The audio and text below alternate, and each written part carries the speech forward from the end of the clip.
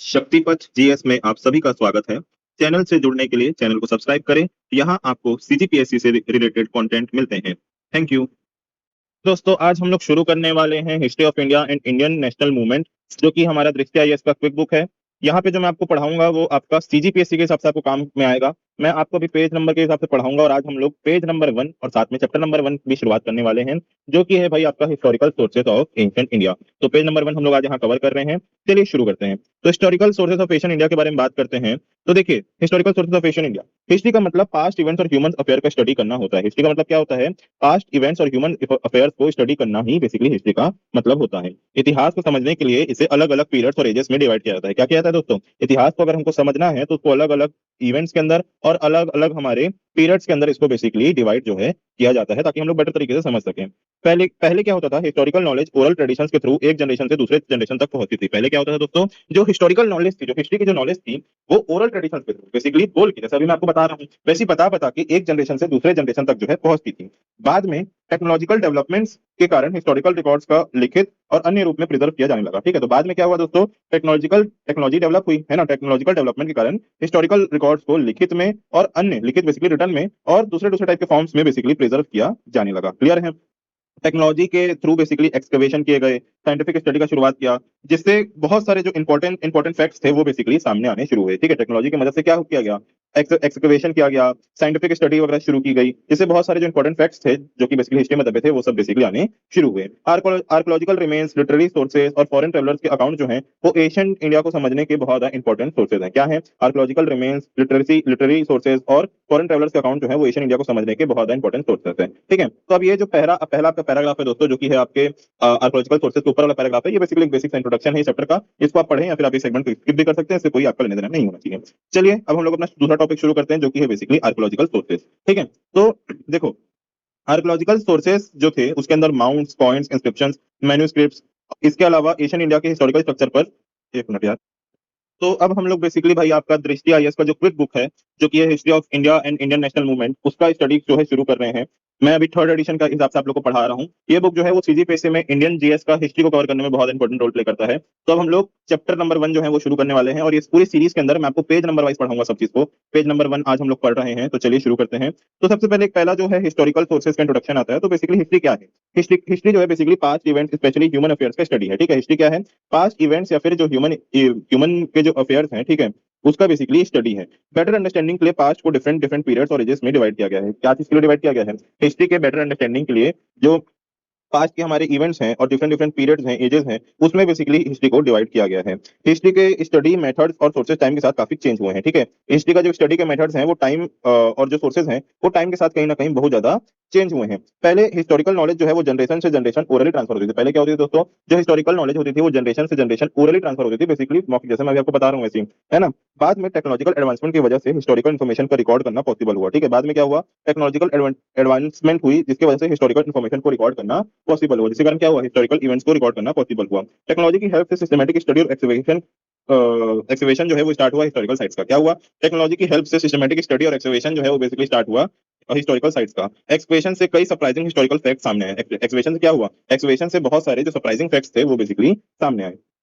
Archaeological remains, literary account और foreign travellers के जो ट्रैवल लॉग्स हैं वो एशियन इंडिया को डिटेल में समझने में इंपॉर्टेंट सोर्सेज हैं। ठीक है, जो आर्कोलॉजिकल रिमेन्स है, लिटरेरी अकाउंट्स है और फॉरेन ट्रेवलर्स के जो ट्रैवल लॉग्स हैं वो एशियन इंडिया को डिटेल में समझने के लिए इंपॉर्टेंट सोर्स हैं। तो बेसिकली आपके हिस्टोरिकल सोर्स जो है वो 3-4 सोर्सेज में डिवाइड हो जाएंगे। सबसे पहले तो आपके आर्कोलॉजिकल रिमेन्स आते हैं दोस्तों, लिटरेरी अकाउंट्स आते हैं, और उसके अलावा फॉरेन ट्रेवलर्स के जो अकाउंट्स होते हैं वो बेसिकली आते हैं। ठीक है, तो ये बेसिकली जो पैराग्राफ था वो बेसिक बेसिक सा इंट्रोडक्शन था। इसको आप पढ़ें ना पढ़ें इससे कोई फर्क नहीं पड़ता, क्योंकि इससे कोई क्वेश्चन आपको उठेगा नहीं भाई, है ना। ये सिर्फ आपकी बेसिक अंडरस्टैंडिंग के लिए जरूरी था, जो कि मैंने आपको भी बता दिया। अब हम लोग आते हैं आर्कोलॉजिकल सोर्सेज के ऊपर। यहाँ से आपका जो है क्वेश्चन उठना शुरू होता है। आर्कोलॉजिकल सोर्सेज क्या होते हैं? ये बेसिकली मटेरियल रिमेन्स होते हैं, ऐसी चीजें होती हैं जिसको हम लोग बेसिकली छू सकते हैं। ये मटेरियल रिमेन्स जैसे कि माउंट्स हो गए, कॉइन्स हो गए, इंस्क्रिप्शंस हो गए, मैन्युस्क्रिप्ट्स हो गए, एक्सेट्रा हो गए, इसके थ्रू एशियन इंडिया को हिस्ट्री को समझने में हेल्प मिलता है। तो ये क्या होता है? ये मटेरियल रिमेन्स होते हैं जैसे कि माउंट्स हो गए, है ना, कॉइन्स हो गए, इंस्क्रिप्शंस हो गए, मैन्युस्क्रिप्ट्स हो गए, जिसके थ्रू एशियन इंडिया की हिस्ट्री को समझने में हमको कहीं ना कहीं बहुत ज्यादा हेल्प मिलता है। इस सोर्सेज से एशियन इंडिया की सोसाइटी जो है, कल्चर है, पॉलिटिकल डेवलपमेंट है, उसकी इन्फॉर्मेशन मिलती है। क्या मिलती है? इस सोर्सेज के थ्रू एशियन इंडिया की कल्चर, उसकी पॉलिटिकल डेवलपमेंट, उसकी सोसाइटी की जो ओवरऑल इन्फॉर्मेशन जो है वो हमको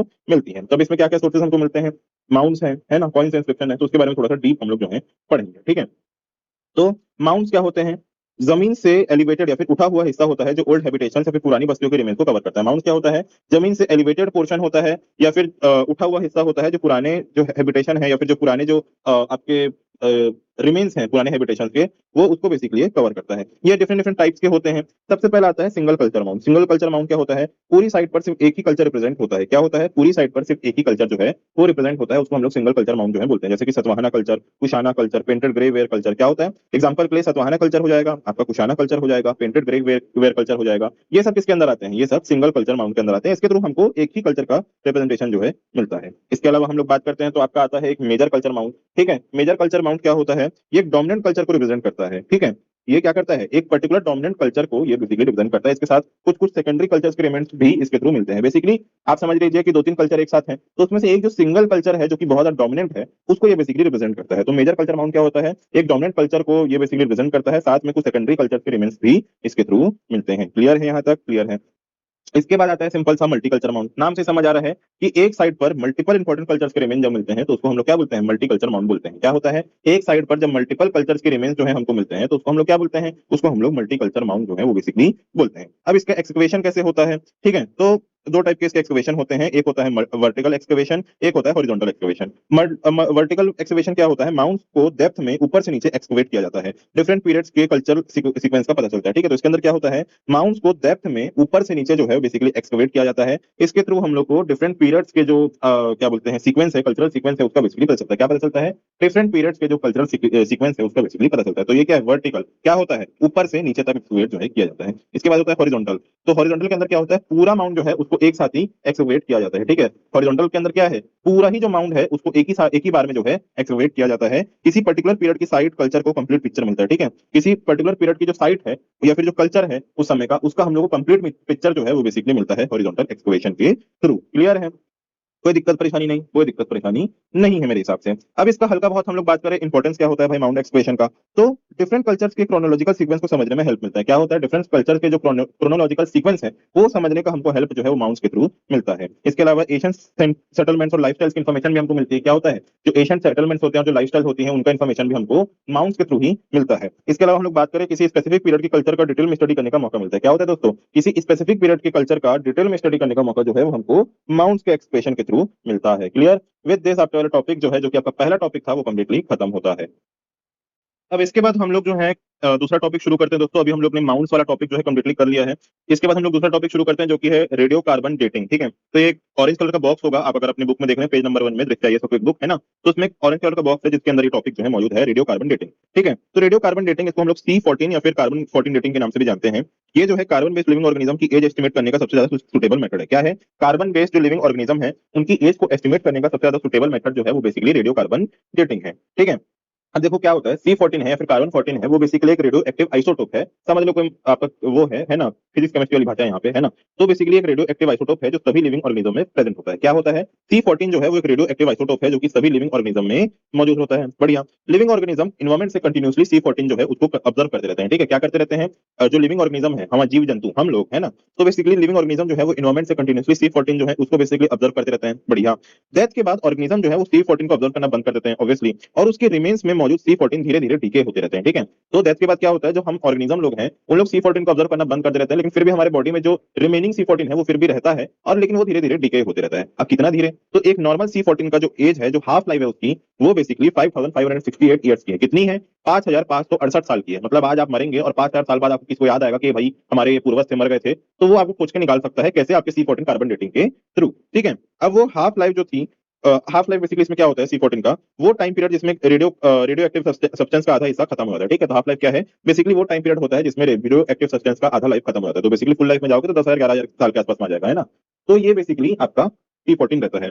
कार्बन डेटिंग के थ्रू हम लोग 70,000 साल से पुरानी एंटीबॉडी की डेटिंग नहीं कर सकते। ठीक है, मतलब 70,000 साल तक का हम लोग जो है हिसाब किताब निकाल सकते हैं कार्बन डेटिंग के थ्रू, लेकिन उसके आगे की हम लोग ऑब्वियसली बात नहीं कर सकते। लेकिन ये भी अपने आप में बहुत बड़ा नंबर है। तो ये छोटा सा टॉपिक है दोस्तों, है ना, इंपॉर्टेंट टॉपिक है। बॉक्स के अंदर जनरली जो भी टॉपिक आते हैं वो इंपॉर्टेंट ही रहते हैं। अब इसके बाद एक दूसरा टॉपिक आता है, वो है भाई कॉइन्स का। ठीक है, आर्कोलॉजिकल सोर्सेज के अंदर दूसरा जो सोर्स है वो है कॉइन्स का। अब ये वाला जो आप टॉपिक पढ़ने जाएंगे दोस्तों, इसमें कम से कम नहीं में आपका 15 या फिर 17 पॉइंट्स हैं इसके अंदर। और ऑब्वियस ही बात है, कोई भी एग्जाम के अंदर आप एज अ ह्यूमन बीइंग आप 15 और 17 पॉइंट एक बार में तो याद नहीं कर सकते, अनटिल अनलेस आप एक मेडिकल के स्टूडेंट नहीं है। ठीक है, जनरली आपका मैक्स, जैसे सीजीपीएससी का पढ़ा रहा हूं तो वहां पे मैक्स सबसे ज्यादा मार्क्स का क्वेश्चन पूछा जाता है 15 नंबर का। और 15 नंबर के क्वेश्चन में आप कम से कम 150 से 200 शब्द लिखेंगे और 10 से 12 पॉइंट्स आप लिख देंगे तो वो मोर देन इनफ हो जाएगा। इसलिए मैंने 12 पॉइंट्स में इस पूरे पैराग्राफ को समरी कर दिया है और आप इसको पढ़ के मार्क्स जो है बुला सकते हैं। तो बेसिकली अब हम लोग शुरू करते हैं कॉइन्स के बारे में।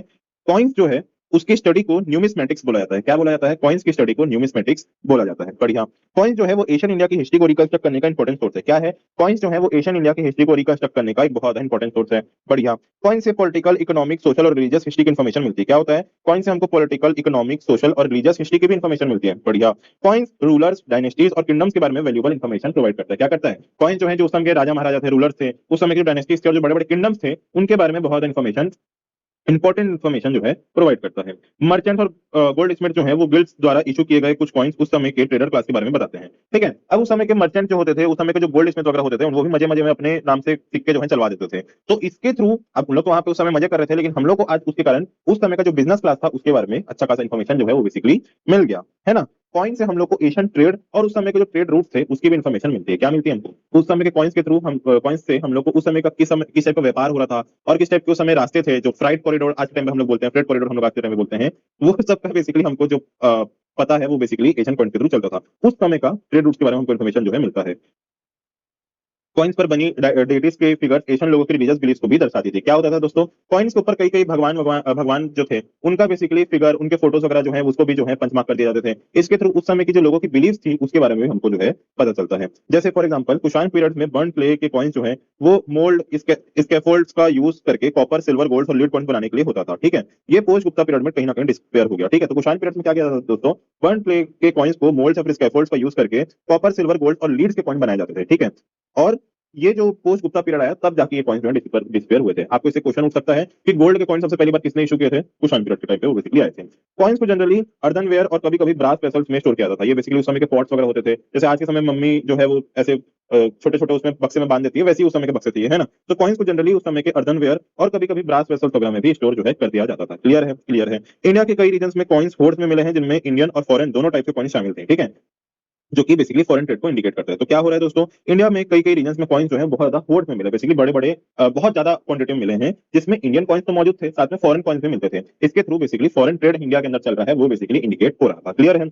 और अर्लिएस्ट कॉइन, इंडियन कॉइन्स पर कुछ सिंबल्स होते थे, जबकि लेटर कॉइन्स पर किंग्स, डेटीज, नेम्स और डेट्स भी मेंशन होते थे। ठीक है। तो अर्लिएस्ट जो एकदम शुरुआत के जो कॉइन्स थे, सबसे इनिशियल लेवल पे जो कॉइन्स थे, उसमें ज्यादा कुछ नहीं होता था। उसमें एक आध जो सिंबल हो गए, पेड़ हो गया, पत्ती हो गया, ये सब के सिंबल्स होते थे। ठीक है। लेकिन बाद में जो कॉइन्स आने लगे दोस्तों, एक समय के बाद जो कॉइन्स आने लगे उसमें बढ़िया राजा का फोटो होता था, कई बार भगवान का फोटो होता था, कई बार उसमें डेट्स वगैरह भी और नाम वगैरह भी जो है मेंशन किया जाता था।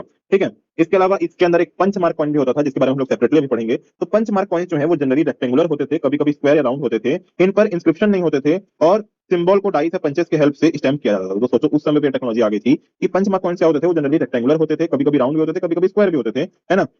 इन पर इंस्क्रिप्शन नहीं होता था, कुछ भी लिखा नहीं होता था, सिंबल्स वगैरह होते थे या फिर डाइस वगैरह होते थे, जिसको पंच के थ्रू स्टैम्प किया जाता था इनमें। क्लियर है? विद दिस आपका टॉपिक खत्म होता है। अब आप में से बहुत लोग इसमें कंसर्न दिखा रहे हो यार कि बुक में यार इसमें कम से कम 15 से 17 पॉइंट्स हैं, तो भाई उतना पॉइंट्स कोई याद नहीं कर सकता अंटिल अनलेस आप एक मेडिकल स्टूडेंट नहीं हो। और प्लस उतना पॉइंट्स को आप याद मत ही करो, 10 से 12 पॉइंट से ज्यादा नहीं पूछते भाई कहीं भी, है ना, वो भी मेंस में। ठीक है। तो आप जनरल इतना पॉइंट्स में आपका काम जो है वो हो जाएगा। क्लियर? इसके बाद हम लोग अब पढ़ेंगे पंच मार्क पॉइंट्स। अब हम लोग अपने पेज नंबर 2 के अंदर आ गए होंगे। आप लोग ने नोटिस कर लिया होगा कि हम लोग पेज नंबर 2 के अंदर आ चुके हैं। तो पेज नंबर 2 में दोस्तों एक छोटा सा टॉपिक है, नीचे में पंच मार्क पॉइंट, उसके बाद है आपका इंस्क्रिप्शन, तो उसको हम लोग बेसिकली पढ़ते हैं।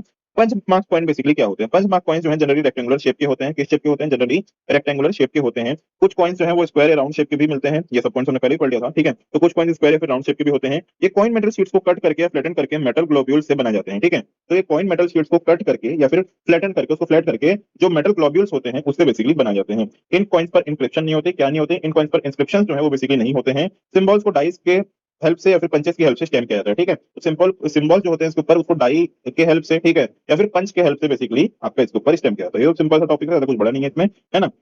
इसके बाद हमारा जो तीसरा सोर्स है, सबसे पहला सोर्स था आपका मोल्ड, दूसरा था कॉइन, तीसरा है आपका इंस्क्रिप्शन। तो अब उसको बेसिकली हम लोग पढ़ते हैं। इंस्क्रिप्शन हमारा तीसरा और आखिरी सोर्स है। चलिए शुरू करते हैं। तो इंस्क्रिप्शन की स्टडी को बेसिकली एपिग्राफी बोला जाता है। क्या बोला जाता है? इंस्क्रिप्शंस की स्टडी को बेसिकली एपिग्राफी जो है वो बोला गया है। एशियन राइटिंग सिस्टम्स के स्टडी, हिस्टोरिकल मैन्युस्क्रिप्ट्स के डेसिफरिंग और डेटिंग को पैलियोग्राफी बोला जाता है। क्या बोला जाता है? एशियन राइटिंग सिस्टम जो है उसका अगर हम लोग स्टडी कर रहे हैं, या फिर हिस्टोरिकल मैन्युस्क्रिप्ट्स हैं जो कि स्क्रिप्ट्स वगैरह होते हैं, उसको हम लोग डेसिफर कर रहे हैं, बेसिकली समझ रहे हैं, है ना? उसका मतलब निकाल रहे हैं कि उसमें लिखा है तो उसको क्या मतलब होगा, है ना? और उसकी डेटिंग कर रहे हैं तो उसको हम लोग क्या बोलते हैं? पैलियो पैलियोग्राफी बेसिकली उसको बोला जाता है। यहाँ तक क्लियर है? यहाँ तक क्लियर है। एशियन इंडियन पीरियड की डिटेल नॉलेज प्राप्त करने के लिए इंस्क्रिप्शन इंपॉर्टेंट सोर्सेज हैं, ठीक है? तो एशियन इंडियन पीरियड की अगर हमको डिटेल नॉलेज समझनी है तो उसके लिए इंस्क्रिप्शन जो है वो बहुत ज्यादा इंपॉर्टेंट सोर्सेज हैं, ठीक है? इंस्क्रिप्शन जो है जनरली भाई आपके रूलर्स या फिर कोर्ट पोएट्स या फिर रॉयल ऑफिशियल्स के द्वारा लिखाए जाते थे, ठीक है? तो इंस्क्रिप्शन जो होते थे जनरली किसके द्वारा लिखाए जाते थे? जो रूलर्स वगैरह होते थे उनके द्वारा लिखवाए जाते थे, या फिर जो कोर्ट पोएट्स वगैरह हुआ करते थे उनके द्वारा लिखवाए जाते थे, या फिर जनरली जो भाई आपके बड़े बड़े ऑफिशियल्स होते थे, रॉयल ऑफिशियल्स हो गए, उनके द्वारा जो है इंस्क्रिप्शन को लिखवाया जाता था, ठीक है? इसमें religious, social, economic, philanthropic activities, conquest या फिर सेलिब्रेशन जैसे ओकेशन को इंस्क्राइब किया था। तो इसमें बेसिकली उस टाइम की जो आज हम लोग लिखते हैं ना डायरी, माय डियर डायरी लिखा था उस समय के रूलर्स लोग, है ना?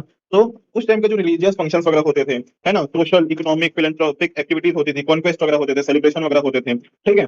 उन सबको बेसिकली इंस्क्रिप्शंस के अंदर डिस्क्राइब किया जाता था। क्लियर है? क्लियर है। इसके अलावा हम लोग बात करते हैं तो इंस्क्रिप्शन में सबसे बड़ा डिटेल जो हमको पता चलता था दोस्तों, वो है कि उस टाइम का एग्जैक्ट डेट, एग्जैक्ट नेम उस टाइम के रूलर्स का, जिस एडमिनिस्ट्रेटिव ऑफिसर्स या फिर जो ऑफिशियल्स हैं जो कि इंस्क्रिप्शन से जुड़े हुए हैं, उनका डेजिग्नेशन, वो सब हम लोग को एग्जैक्टली वैसा का वैसा जो है पता चलता था, ठीक है? इसके अलावा हम लोग बात करते हैं तो इसके थ्रू हम लोग को रूलर और इवेंट्स की क्रोनोलॉजी समझने में हेल्प मिलती है। क्या होता है? इसके थ्रू हम लोग को जो रूलर्स हैं और जो इवेंट्स हैं उनकी क्रोनोलॉजी जो है, आप क्रोनोलॉजी समझिए, है ना? तो उसको बेसिकली समझने में हमको हेल्प मिलता है। और इसके अलावा हम लोग बात करते हैं तो इंस्क्रिप्शंस के थ्रू हम लोग इंडियन लैंग्वेजेस को और डायलेक्ट्स को स्टडी करने में भी इंपॉर्टेंट रोल मिलता है। क्या होता है? इंस्क्रिप्शंस के थ्रू हम लोग इंडियन लैंग्वेज हो गया और जो डायलेक्ट्स हो गया उसको भी हम लोग प्रॉपर तरीके से स्टडी जो है कर पाते हैं। इसके अलावा हम लोग बात करते हैं तो इंस्क्रिप्शंस के थ्रू हम लोग एम्पायर्स की जो उनका एक्सटेंट है, कहां तक वो फैले हुए हैं और उनकी मिलिट्री अचीवमेंट्स क्या है, वो सब चीजों का भी इन्फॉर्मेशन हमको मिलता है। क्या होता है? इंस्क्रिप्शंस के थ्रू हम लोग को उन एम्पायर से एक्सटेंट और उनके मिलिट्री अचीवमेंट्स वगैरह के बारे में भी बहुत ज्यादा पता चलता है। इसके अलावा हम लोग बात करें तो कंटेम्प्रेरी उस समय पॉलिटिक्स क्या थी, सोशल स्टेटस क्या था उस समय लोगों का, है ना, रिलीजियस इन्फॉर्मेशन, ये सब के बारे में पता चलता है। फिर इस पॉइंट को अवॉइड कर दीजिए क्योंकि रिपीटेड पॉइंट हो जाएगा, है ना? इसके अलावा हम लोग बात करें तो इंस्क्रिप्शन जनरली सील्स के थ्रू, स्टोन पिलर्स के थ्रू या फिर रॉक पर कार्व किया जाता था, ठीक है? तो इंस्क्रिप्शन को कहां कार्व किया जाता था? सील्स के अंदर, स्टोन पिलर्स के अंदर या फिर रॉक्स के अंदर, पत्थरों के अंदर जो है बेसिकली कार्व किया जाता था, ठीक है? विद दिस आपका वाला टॉपिक और आपका जो पहला टॉपिक था जो कि था बेसिकली भाई आपका आर्कियोलॉजिकल सोर्सेस, वो बेसिकली खत्म होता है, ठीक है? इसके बाद हम लोग अब शुरू करेंगे लिटरेरी सोर्सेज जो कि हम लोग अगले वीडियो में करेंगे। चलिए, प्रेम से बोलो दुर्गा मैया की जय। दोस्तों एक लास्ट में एक टॉपिक अपना छूट गया था जो कि है इंस्क्रिप्शन, जो कि डिफरेंट डिफरेंट रीजन्स के अंदर हमको मिला है। तो देखिए हम लोग का ऑलमोस्ट टॉपिक खत्म ही हो गया, लेकिन एक टॉपिक बस छूट गया था, अब इसको भी लगे हाथ लपेट ही लेते हैं क्योंकि भाई इतना तो कर ही दिया हम लोग ने, है ना? तो चलिए शुरू करते हैं। तो अब हमको बहुत सारे डिफरेंट डिफरेंट रीजन्स के अंदर भी भाई हमारे इंस्क्रिप्शन जो थे, जो कि मिले थे, जिसके थ्रू हम लोग अपने हिस्टोरिकल सोर्सेज को कंस्ट्रक्ट कर सकते हैं, जिसके अंदर भाई हमको ईरान के अंदर मिले हैं, इंडिया के अंदर मिले हैं, पाकिस्तान के अंदर मिले हैं। ईरान और पाकिस्तान का बस सुन लीजिए, इंडिया ही है जो जिससे जनरली क्वेश्चन उठता है सीजीपीएससी कॉन्टेक्स्ट में, ठीक है? तो चलिए ईरान के बारे में बात करते हैं। तो जो अर्लीस्ट डेसिफर्ड इंस्क्रिप्शन थे वो बेसिकली ईरानियन इंस्क्रिप्शन माने जाते हैं, ठीक है? तो सबसे पहले जिस इंस्क्रिप्शन को समझा गया था, जिसको देखा और लोगों ने समझ आया कि अच्छा ये बोला जा रहा है, ठीक है, तो वो बेसिकली ईरानियन इंस्क्रिप्शन ही उसको बोला गया है, उसी के थ्रू ही बेसिकली चीजों को समझा गया था। ये इंस्क्रिप्शन जो है वो बेसिकली 6th और या फिर 5th सेंचुरी बीसी से संबंधित है, ठीक है? इनका रिलेशन जो है, इन इंस्क्रिप्शन का रिलेशन जो है वो 5th या फिर 6th सेंचुरी बीसी से इन लोग का रिलेशन है, ठीक है? ये सेमेटिक लैंग्वेज में क्यूनिफॉर्म स्क्रिप्ट का यूज करके लिखी गई है। तो ये क्या है? सेमेटिक लैंग्वेज में क्यूनिफॉर्म स्क्रिप्ट का यूज करके इसको बेसिकली लिखा गया है। इस इंस्क्रिप्शन में सिंधु रीजन पर ईरान कॉन्क्वेस्ट का वर्णन मिलता है। वाओ, ठीक है? तो इस इंस्क्रिप्शन में जो सिंधु एरिया है, बेसिकली हमारा एरिया जो इंडस रिवर के बाद का एरिया है, जिसको हिंदू भी बोला जाता है, हिंदुस्तान, है ना, वहां पे कैसे ईरानियन लोगों ने अपना दबदबा जमाया था या फिर वहां पे कैसे उन लोगों ने अपना राज चलाया था, उसके बारे में हमको जो है बेसिकली पता चलता है। ईरानियंस लोग ने ही सबसे पहले हिंदू शब्द का प्रयोग किया था। तो असलीम भगवा जो है सबसे पहले ईरानियन लोग ने लहराया था, तो ईरानियन ने ही सबसे पहले हिंदू शब्द का यूज जो है बेसिकली किया था। क्लियर है? कोई दिक्कत, कोई परेशानी नहीं है। छोटा सा टॉपिक था, जनरल इन्फॉर्मेशन के लिए अच्छा है। बस एक इसमें से पॉइंट उठ सकता है कि भाई अर्लीस्ट डेसिफर्ड इंस्क्रिप्शन कहाँ के थे? ईरानियन इंस्क्रिप्शन थे। और सिंधु शब्द या फिर हिंदू शब्द कहाँ से है? ईरान से है। क्लियर है? क्लियर। इसके बाद हम लोग बात करते हैं इंडिया के बारे में। तो इंडिया की अर्लीस्ट इंस्क्रिप्शन स्टोन्स पर कार्व किए गए थे, ठीक है? तो इंडिया के जो अर्लीस्ट इंस्क्रिप्शन थे वो किस पे कार्व किए गए थे? वो दोस्तों स्टोन पर कार्व किए गए थे। 3rd सेंचुरी बीसी में इंस्क्रिप्शंस के लिए प्राकृत लैंग्वेज का इस्तेमाल किया जाता था, ठीक है? 3rd सेंचुरी बीसी में जो इंस्क्रिप्शन होते थे उसको कार्व करने के लिए प्राकृत लैंग्वेज का इस्तेमाल जो है किया जाता था। लेकिन दूसरी शताब्दी से 2nd सेंचुरी सीई से ही संस्कृत लैंग्वेज में भी इंस्क्रिप्शन लिखी जाने लगी, ठीक है? तो 2nd सेंचुरी सीई, देखिए बीसीई अलग है और सीई अलग है, अगर आप हिस्ट्री के स्टूडेंट आप जान रहे हैं क्या है ना? तो 2nd सेंचुरी सीई से संस्कृत लैंग्वेज में भी इंस्क्रिप्शन जो है वो बेसिकली लिखी जाने लगी। 9th और 10th सेंचुरी सीई में रीजनल लैंग्वेज का भी इस्तेमाल होना शुरू हो गया। क्या हुआ दोस्तों? 9th और 10th सेंचुरी सीई में रीजनल लैंग्वेज का भी यूज जो है वो किया जाने लग गया, ठीक है? इसके अलावा हम लोग बात करें तो हड़प्पन इंस्क्रिप्शन में पिक्टोग्राफिक स्क्रिप्ट में लिखी गई। तो अब हम लोग बेसिकली बात करते हैं भाई इंडिया के अर्लीस्ट इंस्क्रिप्शन के बारे में। हम लोग ने अभी जैसे ईरान के बारे में पढ़ लिया था, अच्छे से पढ़ लिया, उसमें जनरली ज्यादा कुछ क्वेश्चन पूछते नहीं वैसे, ठीक सिर्फ पूछेंगे कि सबसे पहले पहले किसका इंस्क्रिप्शन जो है वो डिस्कवर किया गया था, तो ईरान है ना। अब हम लोग इंडिया के बारे में बात करते हैं। तो इंडिया के अर्लीस्ट इंस्क्रिप्शन जो है उसको बेसिकली स्टोन्स पर कार्व किया गया था, ठीक है। तो इंडिया के जो अर्लीस्ट इंस्क्रिप्शन थे, जो सबसे पहले पहले हमको मिले थे, उसको कहाँ पे कार्व किया गया था, उसको स्टोन पर कार्व जो है किया गया था। अब देखो 3rd सेंचुरी बीसी में वो जो हमारे इंस्क्रिप्शन थे उस पर प्राकृत लैंग्वेज का इस्तेमाल किया जाता था, लेकिन 2nd सेंचुरी सीई से हमारा जो संस्कृत लैंग्वेज है उसका इस्तेमाल होना शुरू हो गया था, ठीक है। तो 3rd सेंचुरी बीसीई से, बीसीई और सीई दोनों अलग है, ठीक है। बीसी मतलब बिफोर बिफोर क्राइस्ट एरा और सी मतलब आफ्टर क्राइस्ट एरा, है ना।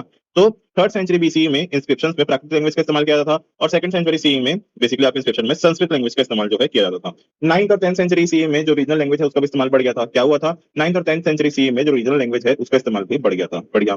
हड़प्पन इंस्क्रिप्शन पिक्टोग्राफिक स्क्रिप्ट में लिखी गई थी, लेकिन अब तक डेसिफर नहीं हो पाई है, ठीक है। तो जो हड़प्पन इंस्क्रिप्शन है, जो हड़प्पा इंडस वैली सिविलाइजेशन की जो इंस्क्रिप्शंस हैं, उसको हम लोग पिक्टोग्राफिक स्क्रिप्ट्स में वो बेसिकली लिखी गई थी, लेकिन आज तक उसको डेसिफर नहीं किया गया है, आज तक उसको समझ नहीं पाया गया है। क्लियर है, क्लियर है। इंडिया में सबसे पहले अशोकन इंस्क्रिप्शन डेसिफर की गई थी, और ये इंस्क्रिप्शन जो है वो मौर्यन हिस्ट्री और अशोका के अचीवमेंट्स पर हाईलाइट करती हैं, ठीक है। तो इंडिया में सबसे पहले भाई अशोकन इंस्क्रिप्शन जो है उसको डेसिफर किया गया था, बढ़िया। और ये जो इंस्क्रिप्शन है जनरली जो मौर्य साम्राज्य था उसके बारे में, उसकी हिस्ट्री के बारे में, मौर्य हिस्ट्री के बारे में और अशोका की जो अचीवमेंट्स थी उसको जो है हाईलाइट करती हैं। क्लियर है।